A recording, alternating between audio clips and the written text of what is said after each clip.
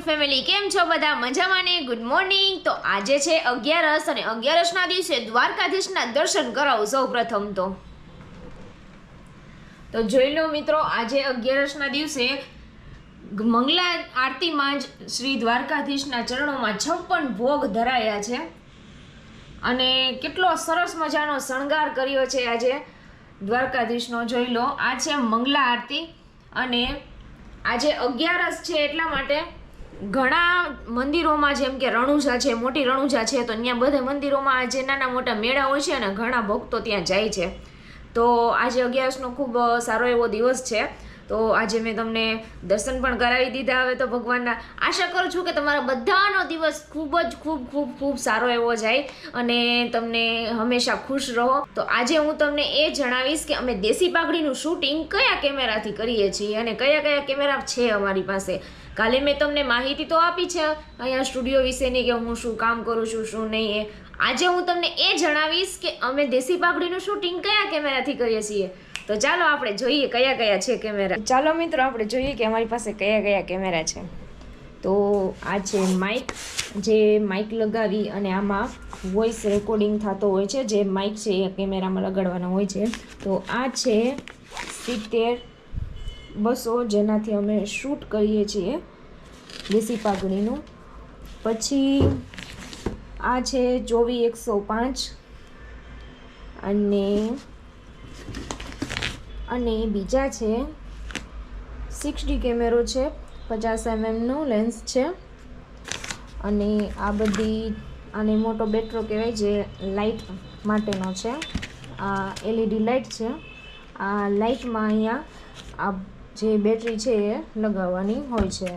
આ LED light જ્યારે અંધારું પડતું હોય તો ખૂબ સારું એવું કામ આપે અને અલગ અલગ લાઇટ આમાં થતી હોય છે. પીળી છે, બ્લુ છે, વ્હાઈટ છે, એવી રીતના આમાં લાઇટ થતી હોય છે. તો આ એ છે. અને બીજું બતાવું તો આ છે કેમેરાની બેટરી, 2 કંપનીની ભેગી કરી છે. 3-4 નવી છે, બાકી બધી જૂની છે. જો કે નવી કરતાં પણ જૂની સારી એવી છે. અને આ 2 માઇક છે જે આમાં કેમેરામાં ડાયરેક્ટ અટેચ કરી અને એમાં વોઇસ જે છે, જે ડાયલોગને બધા બોલતા હોય એ બધું એમાં રેકોર્ડિંગ થતું હોય. માઇક હોય છે, બધા જે કેરેક્ટર હોય છે એની પાસે. તો આજે મેં તમને એ જણાવ્યું કે અમે કયા લેન્સથી, કયા કેમેરાથી શૂટ કરીએ છીએ દેશી પાઘડીનું. તો હું પાછું પણ છે ને તમને કાલે હવે આપણે બીજી કંઈક વાતો જાણીશું કે અમે કેવી રીતના માઇકને યુઝ કરીએ છીએ, કેવી રીતના એનું સેટિંગ કરવાનું હોય છે, કેવી રીતના એને કેમેરા સાથે જોડવાના હોય છે, અને બીજી પણ કંઈક આપણે નવી વાત જાણીશું. તો આજનો બ્લોગ અહીંયા જ પૂરો થાય છે. નાનો એવો છે પણ હું તમને નાની એક વાત રોજ કહેતી રહીશ, એટલે તમને પણ બધાને મજા આવે અને કોઈ બોરિંગ પણ ન થાય. કેમ કે હવે હમણાં થઈ જવાનો છે, પાછી આરતી શરૂ થઈ જશે એટલે મારું લાઈવનું કામ પાછું ચાલુ થઈ જશે.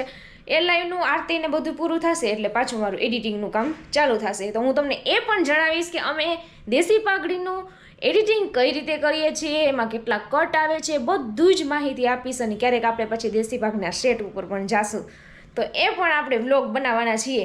તો ત્યાં સુધી તમે મારા વિડીયો જોતા રહેજો. અને હા, ચેનલને સબસ્ક્રાઈબ ના કરી હોય ને તો કરી લેજો અને બેલ આઇકન પણ દબાવવાનું ના ભૂલતા, એટલે હું નવા વિડીયો જેવા મૂકું ને તમારા સુધી ડાયરેક્ટ મેસેજ આવી જાય, નોટિફિકેશન આવી જાય, બરોબર. અને જો તમને મારો વિડીયો ગમ્યો હોય તો વિડીયોને લાઇક કરો, શેર કરો અને ચેનલને સબસ્ક્રાઈબ કરવાનું ન ભૂલતા મિત્રો. તમે ખૂબ સારો એવો સપોર્ટ મને આપ્યો છે. આશા કરું છું કે હજી પણ તમે મને સપોર્ટ આપશો અને તમારા સપોર્ટથી જ હું આગળ વધીશ.